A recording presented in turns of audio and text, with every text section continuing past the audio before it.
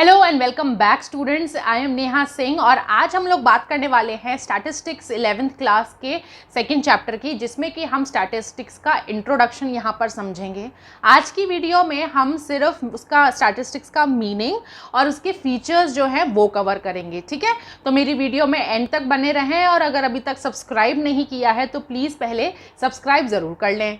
तो बच्चों, स्टैटिस्टिक्स होता क्या है? देखो बच्चों, दो तरीके के डेटा होते हैं, एक होता है क्वांटिटेटिव, एक होता है क्वालिटेटिव। ठीक है, तो क्वांटिटेटिव में बेसिकली क्या आ जाएगा, जिसमें कि नंबर्स होंगे। ठीक है, न्यूमेरिकल बेस्ड जो डेटा होता है उसको हम क्वांटिटेटिव डेटा बोलेंगे और क्वालिटी में नंबर्स का कोई काम नहीं होता है। ठीक है, जैसे कि फॉर एग्जांपल, जैसे मैं अगर बताऊं आपको कि किसी स्टूडेंट को इंग्लिश में 80 आउट ऑफ 100 मिले हैं, तो ये 80 out of 100 that will be quantitative. ठीक है, कि इसमें हमें मालूम है कि जो बच्चा है उसको इंग्लिश में इतने 80 आउट ऑफ 100 मार्क्स मिले हैं। ये न्यूमेरिकल बेस्ड हो गया, इसमें नंबर इंक्लूड हो गया। ठीक है, इसी जगह अगर हम बोलें कि वही बच्चा ही और शी इज इंटेलिजेंट, ठीक है, ही और शी इज इंटेलिजेंट, तो कितना इंटेलिजेंट है ये नहीं पता ना, उसमें नंबर्स नहीं है, इंटेलिजेंट है, तो यहाँ पे क्वालिटी की बात आ गई, यहाँ पे कोई क्वांटिटी नहीं है। ठीक है, तो इस तरीके के दो तरीके के डेटा होते हैं। तो स्टैटिस्टिक्स जो है वो डील करता है सिर्फ क्वांटिटेटिव डेटा में। ठीक है, इसमें हम बात करेंगे क्वांटिटेटिव यानी न्यूमेरिकल्स की, जो कि है इट इन्वॉल्व्स क्वांटिटेटिव डेटा। अच्छा, अब इसकी जो मीनिंग है, ये तो हमारा हो गया एक नॉर्मल जो एक बेसिस जो होता है, या एक हम समझते हैं बहुत आसान शब्दों में जो हम स्टैटिस्टिक्स को समझा सकते हैं, उसको हम बोल देंगे कि जो क्वांटिटेटिव डेटा से डील करे उसको हम वो स्टडी स्टैटिस्टिक्स कहलाती है। ठीक है, अब इसी चीज़ को हमने दो तरीके से समझना है, एक तो प्लूरल सेंस में और एक सिंगुलर सेंस में। ठीक है, तो इन दोनों के मीनिंग भी अलग रहेंगे और इन दोनों के हिसाब से फीचर्स भी अलग रहेंगे। अब कुछ बच्चे कभी ये बोलते हैं कि मैम दोनों याद करने ज़रूरी है क्या? मीनिंग तो मीनिंग ही है। ठीक है, लेकिन नहीं, हमें बच्चों दोनों ही याद करने हैं, दोनों के ही अपनी एक इम्पॉर्टेंस है। हाँ ठीक है, सिंगुलर का थोड़ा सा ज़्यादा इम्पॉर्टेंस है, बिकॉज पूरा बेसिकली जो हम पढ़ेंगे वो हम सिंगुलर सेंस वाला ही हम स्टैटिस्टिक्स पढ़ते हैं, लेकिन एग्ज़ाम पॉइंट ऑफ व्यू से, क्योंकि थ्योरी बेस्ड भी होता है इसमें, तो एग्ज़ाम पॉइंट ऑफ व्यू से हमें दोनों चीज़ ही समझनी पड़ेगी। ठीक है, अच्छा, एक थोड़ा सा आइडिया ले लेते हैं कि हम क्या पढ़ने वाले हैं, प्लूरल सेंस और सिंगुलर सेंस क्या है। देखो बच्चों, जैसे कि प्लूरल में क्या हो गया, हमने कोई डेटा इकट्ठा किया। ठीक है, हमने डेटा इकट्ठा किया एक से लेके, किसी भी कॉलोनी का मान लो हमने 1 से लेके 10 तक जो मकान नंबर थे उनसे अलग अलग हमने डेटा इकट्ठा किया। ठीक है, फिर हमने यही जो 10 अलग अलग घरों से जो एक डेटा पर्टिकुलर इकट्ठा किया, उसको हमने लाके एक पर्टिकुलर किसी भी फॉर्मेट में या एक पर्टिकुलर किसी भी हमने एक जगह पर टैबुलर फॉर्म में उसको बना लिया, यानी इन अलग अलग इन्फॉर्मेशन को हमने इकट्ठा करके एक इन्फॉर्मेशन फॉर्म कर ली कि भैया ये 10 घर थे। ठीक है, इस कॉलोनी का हम सपोज नाम ले लेते हैं कि कोई भी नाम ले लेते हैं। ठीक है, ये कोई कॉलोनी ए थी। ठीक है, कॉलोनी ए थी, तो वो जो ये तो अलग अलग घर हो गए, तो यहाँ पर हम बात करेंगे शर्मा जी, वर्मा जी, ये और ये वो। ठीक है, लेकिन इसके बाद जो हमने इकट्ठा यहाँ पर किया वो हो जाएगा कि ये भैया ये कॉलोनी ए का डेटा है, इस तरीके से। ठीक है, तो ये जो कहलाया जाएगा, ये कहलाया जाएगा प्लूरल सेंस की, हमने प्लूरल सेंस में जो डेटा इकट्ठा किया वो। ठीक है, और प्लूरल है तो यानी बहुत सारा डेटा हो गया, फिर इसी को हमने जब एक ही उसमें फॉर्म में कर दिया तो ये हो जाएगा हमारा सिंगुलर फॉर्म में, यानी कि हम सिंगुलर फॉर्म में किसी भी डेटा को एनालाइज करेंगे, जो भी यहाँ से हमें प्लूरल सेंस से जो भी चीज़ें हमें जो भी डेटा इकट्ठा हुआ था वो। ठीक है, तो ये होता है बेसिकली स्टैटिस्टिक्स का सिंगुलर और प्लूरल सेंस। अब हम इनका डिटेल में इनका मतलब और इन्हीं से रिलेटेड इनके फीचर्स समझते हैं। अब देखो बच्चों, प्लूरल सेंस में स्टैटिस्टिक्स का क्या मतलब होता है? It means collection of numerical facts. Collection of numerical facts मतलब कि हम नाम से ही मतलब समझ पा रहे हैं कि स्टैटिस्टिक्स क्या होता है, कि कलेक्शन हुआ है यहाँ पे जो न्यूमेरिकल फैक्ट्स है, यानी कि ये चीज़ें ये फैक्ट है, मतलब ये सही है। तो इन सब जो फैक्ट्स या डेटा का जो कलेक्शन हुआ है वो न्यूमेरिकल फॉर्म में जो कलेक्शन किया है उसको हम बोलते हैं स्टैटिस्टिक्स। ठीक है, दोबारा समझेंगे, जो भी कलेक्शन न्यूमेरिकल फैक्ट्स का किया जाता है, यानी जो डेटा इकट्ठा हुआ है इन न्यूमेरिकल फॉर्म, उस पूरे कलेक्शन को उसको हम बोलेंगे इन प्लूरल सेंस स्टैटिस्टिक्स। ठीक है, यहाँ तक कोई दिक्कत? इजी है, कोई दिक्कत ही नहीं है। ठीक है, अब इसी से रिलेटेड इसके फीचर्स ध्यान रखना, दोनों डिफरेंट है। प्लूरल के अलग फीचर्स हैं, सिंगुलर के अलग फीचर्स हैं, वो दोनों हम यहाँ पर करेंगे, लेकिन ये दोनों अलग अलग चीज़ें हैं, इनको मिक्सअप नहीं करना है। ऐसे मत करियाना कि कुछ फीचर्स इसके याद रह गए तो कुछ इसके लिखा है, कुछ उसके याद रह गए तो उसके लिखा है। ठीक है, ऐसा नहीं करना है। ठीक है, तो अच्छा, सबसे पहला हमारा जो फीचर है, हम एक काम करेंगे, एक कोई ऐसा एग्जाम्पल ले लेते हैं। ठीक है, उसी एग्जाम्पल के बेसिस पे आपके ये सारे, मैं आपको ये जो रिलेटेड जितने भी हैं फीचर्स वो उसमें रिलेट करके समझते चलेंगे। अच्छा, एग्रीगेट ऑफ फैक्ट्स। एग्रीगेट का मतलब क्या है? सम।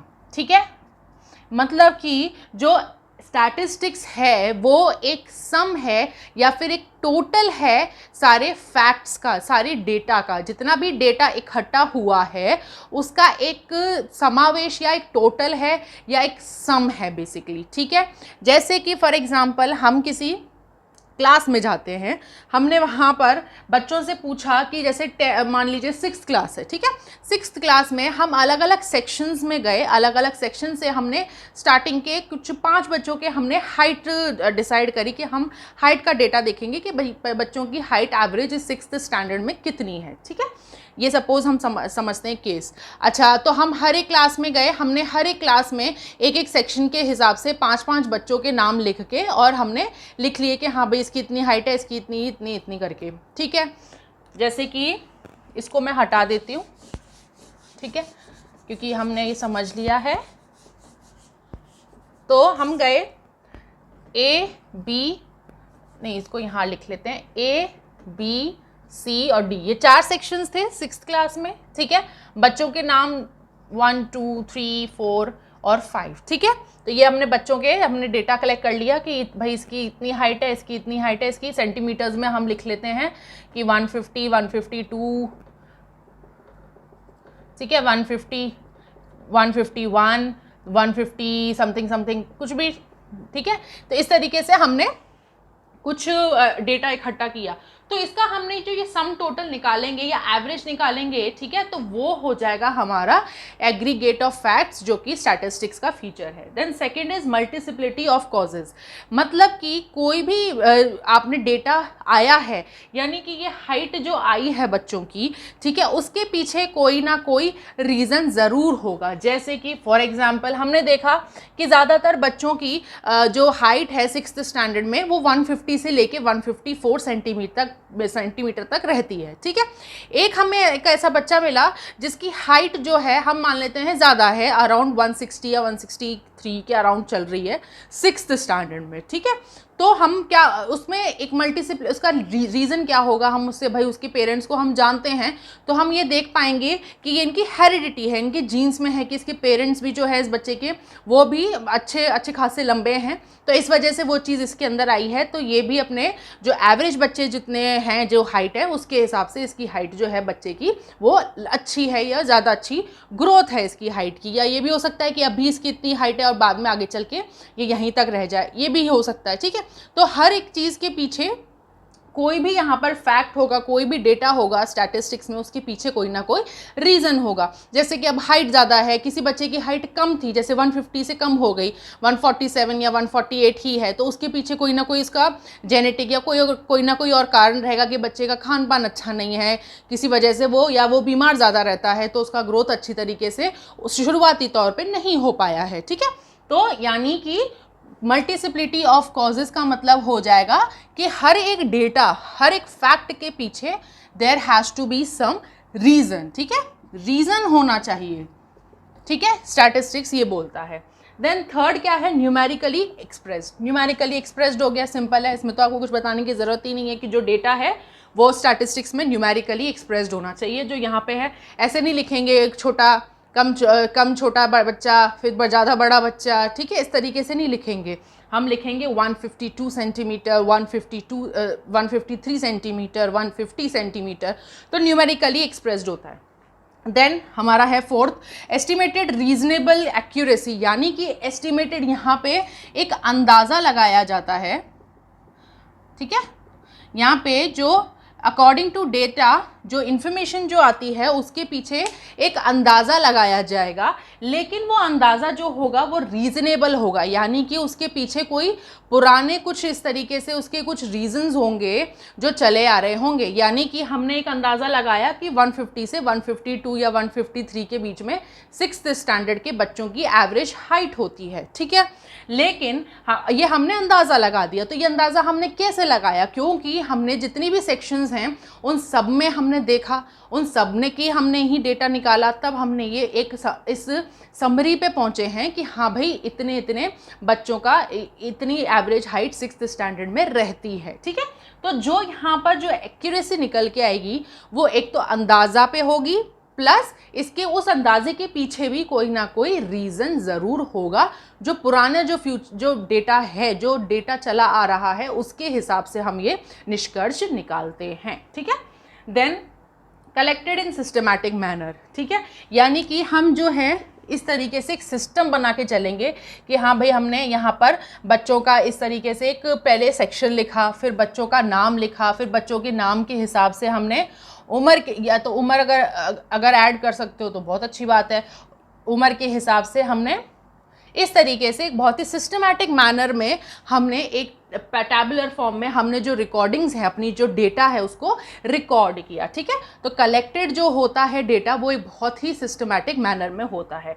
देन प्री डिटरमाइंड पर्पस, ये सब इकट्ठा करने का ऐसा थोड़ी कि मेरे पे फालतू टाइम है इसलिए मैं तो बस ऐसे ही टाइम पास क्लासेस में करने में लग रही हूँ, नहीं, इसका पीछे कोई ना कोई रीज़न होगा कि मेरे को कुछ फाइंडिंग्स करनी है, या मुझे ये पता लगाना है कि भाई बच्चे कितने न्यूट्रिशन यहाँ पर हेल्दी हैं कि नहीं है, मेरी स्कूल में नहीं है तो उनके पेरेंट्स से आगे चल के मैं बात करूँ, या मुझे हो सकता है कि ये रिपोर्ट मुझे एज ए जो मेडिकल टीम जो मेरे स्कूल में बैठी है उसको मुझे समझाना है कि किस तरीके से आप किस बच्चे के हिसाब से आप क्या क्या चीज़ें यहाँ पर अवेलेबल करा सकते हो, कि क्या क्या चीज़ें या क्या गेम्स मुझे यहाँ पर बच्चों को खिलाने चाहिए जो बच्चे के लिए हेल्दी रहे। तो इस तरीके का मुझे कुछ ना कुछ डेटा, इसके पीछे कोई ना कोई पर्पस होगा इस कलेक्शन का, ठीक है। तो ये आपको बताता है कि जो हम यहाँ पे काम कर रहे हैं, जो डेटा इकट्ठा कर रहे हैं, उसका कुछ ना कुछ प्री डिटरमाइंड यानी पहले से सोचा हुआ कोई कारण यानी पर्पस होता है, ठीक है। लास्ट है हमारा placed in relation with each other, यानी कि हम इस तरीके से इसको जो डेटा है वो इस तरीके से रखेंगे कि इसका किसी ना एक दूसरे के संग कुछ ना कुछ रिलेशन होगा, ठीक है। अच्छा, हम चाहते तो हम ये भी कर सकते थे कि 6th स्टैंडर्ड के ए सेक्शन की ले ली, 7th स्टैंडर्ड के बी सेक्शन की ले ली, 8th स्टैंडर्ड के सी सेक्शन की ले ली, पर वो रिलेशन नहीं होता ना, कोई भी एक दूसरे के संग कोई कंपैरिजन नहीं होता। यहाँ पे बेसिकली हम क्या कह रहे हैं, कोई रिलेशन यानी हम इजीली कंपेयर कर पाएँ, ठीक है। हम इजीली जो डेटा हम इकट्ठा कर रहे हैं हम उसको इजीली कंपेयर कर पाएँ, एक दूसरे से इस तरीके का रिलेशन होना चाहिए उन डेटा का। हम यहाँ पर 7th हम 6th ले लें, यहाँ पे 7th ले लें, यहाँ पे 8th, तो कोई रिलेशन नहीं है ना। ऑब्वियस है कि 6th स्टैंडर्ड के बच्चे की जो हाइट है वो एक अलग एवरेज होगा, 7th स्टैंडर्ड के बच्चे का अलग एवरेज होगा, तो वो कोई आपस में रिलेशन नहीं बैठा। इसलिए हमने एक ही क्लास यानी 6th क्लास के ही अलग अलग सेक्शंस को हमने लिया, जिससे उनके बीच में एक रिलेशन रहे कंपेयर का कि हाँ भाई ए सेक्शन में इतने से इतना एवरेज बच्चों की हाइट है, बी सेक्शन में इतने से है सारे 6th स्टैंडर्ड के, ठीक है। तो ये था बच्चों इस तरीके से एक ही एग्जाम्पल को लेके आपके सारे बहुत ही आसान तरीके से आपके सारे जितने भी प्लूरल सेंस के जो फीचर्स बनते हैं वो ये थे। आप इसको नोट कर लीजिए, चाहे आप इसको स्क्रीनशॉट ले लीजिए, फिर अपने शब्दों में आप अपने नोट्स प्रिपेयर कर सकते हैं। अब हम देख लेते हैं इसका सिंगुलर सेंस। अब बच्चों यहाँ समझो सिंगुलर सेंस में स्टैटिस्टिक्स का क्या मतलब है। बहुत ही आसान है इसके फीचर्स और इसका मीनिंग दोनों। देखो, it deals with collection, organisation, presentation, analysis and interpretation of quantitative information. Simple क्या होता है इसमें ये है कि स्टैटिस्टिक्स जो है वो डील करता है किस चीज़ में, वो भैया पहले कलेक्ट करेगा, डेटा फिर ऑर्गेनाइज करेगा, उसको फिर प्रेजेंट करेगा, फिर कुछ एनालिसिस होंगे और फिर कुछ इंटरप्रिटेशन होगा। कौन से? क्वांटिटेटिव इंफॉर्मेशन का। सिंपल, ठीक है, ये याद हो गया।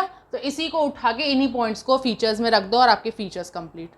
सिंपल है ना, कुछ नहीं है। तो क्या हो जाएगा इसका? COPAI शॉर्ट फॉर्म, ठीक है। तो ये हो जाएगा आपका याद करने का तरीका, collection, organisation, presentation, analysis and interpretation. यही इसका मीनिंग हो गया और यही इसके फीचर्स हो गए। सिंपल। चलो अब समझते हैं इसका मतलब क्या है फीचर्स का, ठीक है। तो सबसे पहला है कलेक्शन ऑफ डेटा, यानी कि जैसे कि मैंने जो टेबल आपको बताई थी जिसमें हम हाइट देख रहे थे, तो हम वहाँ पे पहला स्टेप क्या कर रहे थे? हम कलेक्ट कर रहे थे डेटा, है ना। अलग अलग बच्चों का अलग अलग सेक्शंस में जाके हमने डेटा का कलेक्शन किया, ठीक है। डेटा हमने कलेक्ट कर लिया, चलो ठीक है। फिर क्या किया? हमने उसको ऑर्गेनाइज किया। ऑर्गेनाइज करना मतलब कि हमने उसको एक टैबुलर फॉर्म में बनाया, ठीक है। कोई भी फॉर्मेट में इस तरीके से उसको ऑर्गेनाइज किया कि भैया हमें समझ में आ जाए कि यहाँ पर एक्चुअली में हो क्या रहा है, और अगर हमारे आगे अलावा वो डेटा कोई और देखता है तो उसको भी पता चले कि यहाँ पर एक्चुअली में चल क्या रहा है, ठीक है। चलो ठीक है, ऑर्गेनाइज भी हमने इस तरीके से उसको कर लिया, ठीक। प्रेजेंटेशन, अब प्रेजेंटेशन में क्या होगा कि हम वो जो डेटा है जो हमने यहाँ से हमने इसको ऑर्गेनाइज किया टैबुलर फॉर्म में, इसको हम प्रेजेंट करेंगे। हम इसको प्रेजेंट किस तरीके से कर सकते हैं? वेदर पाई चार्ट में, ठीक है, किसी टेबल में कर दिया, किसी बार डायग्राम में कर दिया। जो यहाँ पर हमें इंफॉर्मेशन इकट्ठी हुई थी उसको हमने अब या तो पाई चार्ट में, बार ग्राफ में, इस तरीके से उसको प्रेजेंट कर दिया, ठीक है।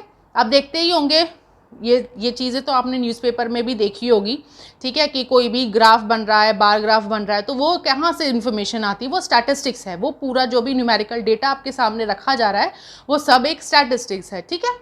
अच्छा, अब उसके बाद एनालिसिस करेंगे। अब एनालिसिस हमने क्या किया? उस एग्जाम्पल में हमने ये देखा, एनालिसिस किया कि हाँ भाई बच्चे की ये 150 से लेके इतनी इतनी हाइट है सेक्शन ए में, फिर इतनी एवरेज हाइट सेक्शन बी में। हम ये अब जो इन्फॉर्मेशन जो हमने कलेक्ट करी है, हमने जो डायग्राम क्रिएट किया उसके बेसिस पे हमने ग्राफ बनाया, तो उस बेसिस पे अब हम उसकी एनालिसिस कर रहे हैं, ठीक है। यहाँ पे हम उसका अभी डिटेलिंग में उसके अच्छी तरीके से उसको समझ रहे हैं, डिटेलिंग में जा रहे हैं, ठीक है। फिर लास्ट में आएगा हमारा इंटरप्रिटेशन, यानी कि कंक्लूजन। जो भी हमने डेटा इकट्ठा किया उसका यहाँ पर हमने एक कंक्लूजन निकाल दिया कि हाँ भाई जो बच्चों की एवरेज हाइट है 6th स्टैंडर्ड में वो 150 से लेके 153 या 154 के सेंटीमीटर के बीच में रहती है ऑन एन एवरेज। हमने ये कंक्लूजन निकाल दिया इंटरप्रिटेशन डेटा में, ठीक है।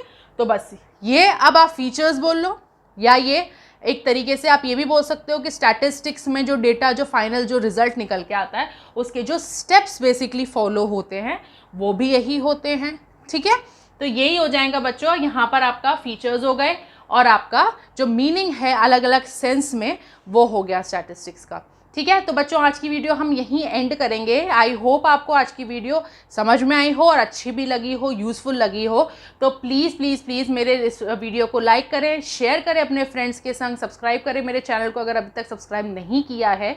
और अगर आपका कोई कॉमेंट है, अगर आप कुछ बताना चाहते हैं या कुछ पूछना चाहते हैं तो वो आप कॉमेंट सेक्शन में आप बता सकते हैं। इसके अलावा अपना ध्यान रखें, अपने परिवार वालों का ध्यान रखें, मेरी वीडियो मेरे चैनल के संग अपना साथ ऐसे ही बना के रखें। Thank you.